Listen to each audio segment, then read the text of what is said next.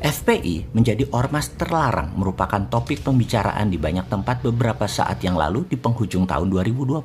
Ada yang pro, ada yang kontra, dan pastinya ada yang tidak peduli. Bagaimana pendapat seseorang yang sederhana dan sontoloyo seperti Bosman melihat fenomena ini? Karena kamus kata masalah telah hilang di benak seorang sontoloyo ini diganti dengan peluang, maka ada sisi lain sebenarnya terlarangnya FPI ini bisa-bisa merupakan sesuatu yang bagus, sesuatu yang menantang bagi Anda fans FPI atau anggota FPI, sesuatu yang ditunggu kebaikannya yang lebih advance lagi. Hal ini mungkin memang yang harus terjadi untuk membuat semua pihak menjadi lebih maju lagi ke depannya. Kita melihat dari sisi positifnya dalam menganalisa terlarangnya FPI. Kita awali dengan bentuk negara Indonesia tercinta ini. Kita harus menyadari siapapun berada di balik perubahan Undang-Undang 45 menjadi Undang-Undang 2002. Kalian sesungguhnya telah berhasil memporak-porandakan negara Indonesia tercinta ini menjadi negara seperti saat ini yang penuh dengan transaksi.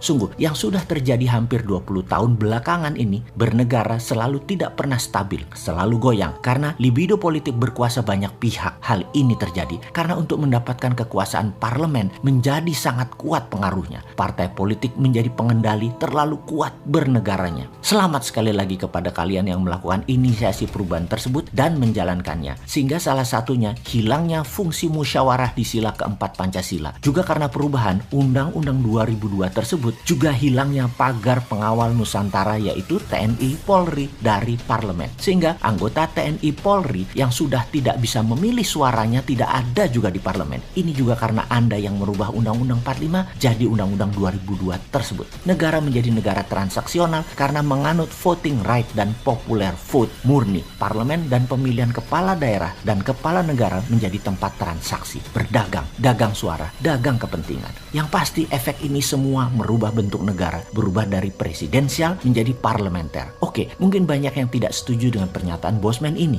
bahwa bentuk negara saat ini adalah dari presidensial berubah menjadi parlementer. Namun izinkan saya menjelaskan dari sisi lain, yaitu dengan threshold 20% untuk pemilihan calon presiden, itu adalah ciri parlementer, di mana parlemen dipilih dulu, mengendalikan dulu, baru bersama-sama mencalonkan presiden. Kalau suara mereka lebih dari 20% di parlemen, mereka bisa mencalonkan sendiri calon pemimpin mereka. Di sini calon presiden sangat terseleksi karena harus melalui mekanisme partai. Calon bagus tak berpartai, tidak ada akses masuk ke partai dan tidak mau negosiasi kepentingan partai, ia akan terus menjadi di luar sistem bernegara parlementer ini. Kalau tidak ada yang 20% partai mendapatkan suara parlemen, maka partai bergabung, berkonsolidasi sehingga calon bisa dipasangkan dan diajukan. Pemilihan yang parlemen terlebih dahulu dan presiden menggunakan threshold jumlah parlemen adalah ciri bentuk bernegara parlementer, parlemen pengendali. Jadi versi Bosman, bentuk pemerintahan Indonesia saat ini sejak 2002 adalah parlementer. Sehubungan dengan hal itu, dengan kekuatan pendukung yang fanatik serta kuat, maka saudaraku FPI yang sekarang ormasnya menjadi terlarang, saya atas nama pribadi mengajukan usulan, jangan buat FPI ormas lagi ke depannya. Jangan buat ormas front ini front itu lagi. Ini peluang berikutnya lompatan Anda para pejuang jadi ke level yang harus berani Anda lakukan.